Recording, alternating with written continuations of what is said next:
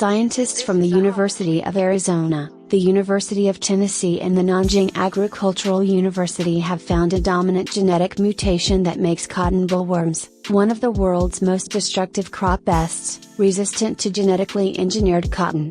The study has been published in the Proceedings of the National Academy of Sciences.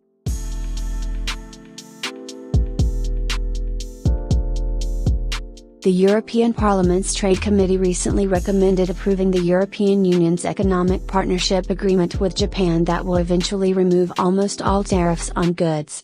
It opens up services, including e-commerce, maritime transport, postal services, energy and telecommunications, creating common rules and standards for both.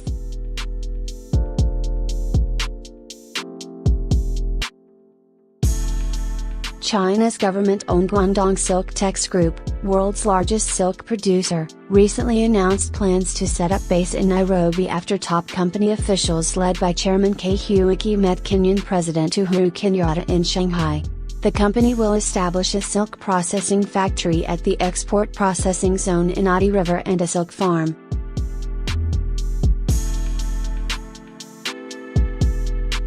Though many foreign fashion brands like Zara, Champ, and Mango have been present in Vietnam, many such brands from abroad are now acquiring stakes in Vietnamese companies to strengthen their position in the domestic market.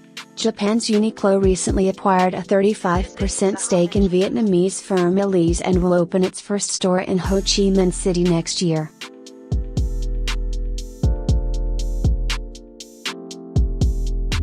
The European Union is mulling over imposing tariffs on Cambodian garments. As Cambodia has failed to respect the democratic and humanitarian principles of the UN Charter, the EU's Lisbon Treaty and the conventions of the International Labour Organization on Workers' Rights, European Commissioner Cecilia Malmström sent a warning to Cambodia last month.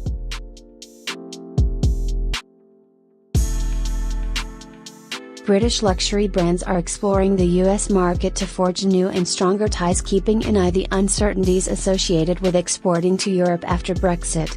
With an aim to grow British luxury exports across the Atlantic, Walpole, the official body for UK luxury companies, took 18 British luxury brands to New York last month, according to UK media.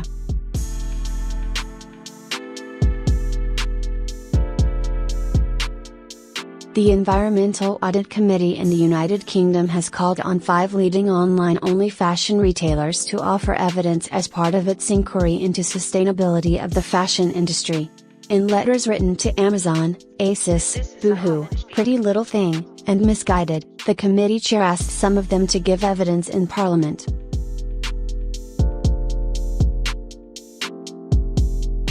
Zimbabwe's apparel company Archer Clothing is witnessing fears of significant job losses after South Africa decided to scrap a 54-year-old bilateral trade agreement giving Zimbabwean firms preferential access to Africa's biggest economy.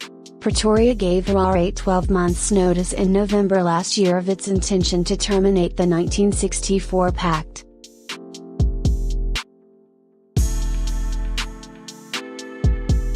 Vietnam's 14th National Assembly recently adopted a resolution ratifying the Comprehensive and Progressive Agreement for Trans-Pacific Partnership with 96.7% of votes in favor.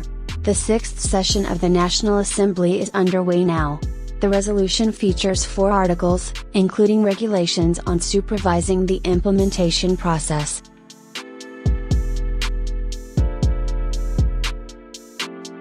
To improve ease of conducting business and promote paperless processing, India's Revenue Department will extend the facility to upload digitally signed documents for all kinds of exports under Indian Customs EGI system, which operates at 134 customs locations handling about 98% of India's international trade in terms of import and export consignments.